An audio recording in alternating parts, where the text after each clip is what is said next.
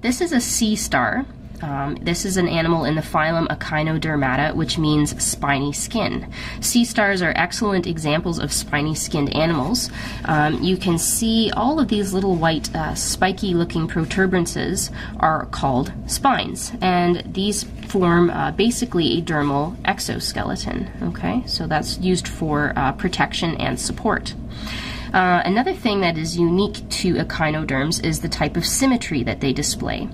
Echinoderms display what is called pentaradial symmetry. Pentaradial symmetry. Penta meaning 5, and radial you can think of as being spokes on a wheel. So you can see 1, 2, 3, 4, 5 appendages here that indicates pentaradial symmetry. Another interesting thing about echinoderms is that they don't really have a anterior and posterior surface. Instead, what they have is a oral and an aboral surface. So this surface here on top, this is called the aboral surface. If we flip the animal, we're now looking at the oral surface. And as the name implies, oral indicates that we would be able to see the mouth, and we can in fact see the mouth here. That is this opening in the central part of the body.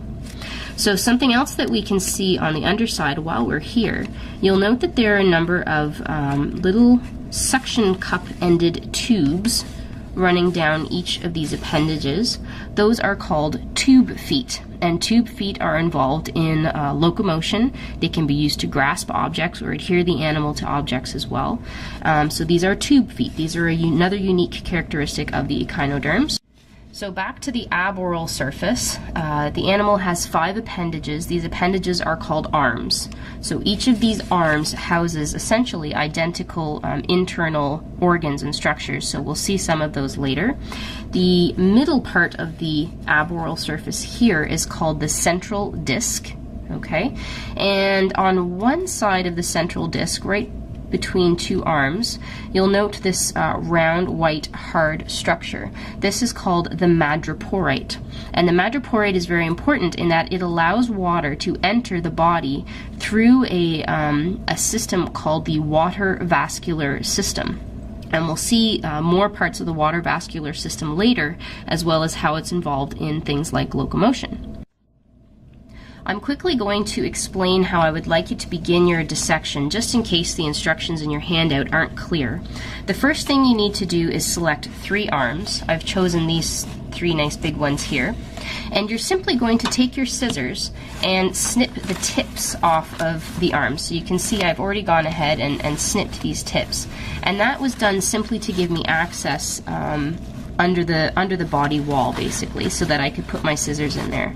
You're going to take your scissors and you're going to make an incision, just a cut, on either side of the arm. So a total of 2 incisions. Try to keep your blade as close to the skin as possible so as to not damage the structures underneath. And once you've done that, you should be able to lift the skin. You'll want to do so carefully because, as you can see, there are some structures that want to adhere. So you can use your probe or a finger to leave things behind. Lift that skin, and then take your scissors, or a scalpel blade would be fine, and just snip the skin across this way. You're going to do that for all 3 arms, and in a similar fashion, you're going to remove the skin here, the dermal surface, from the central disc of the animal. I'm going to go ahead and do that, and then we'll start looking at the internal anatomy.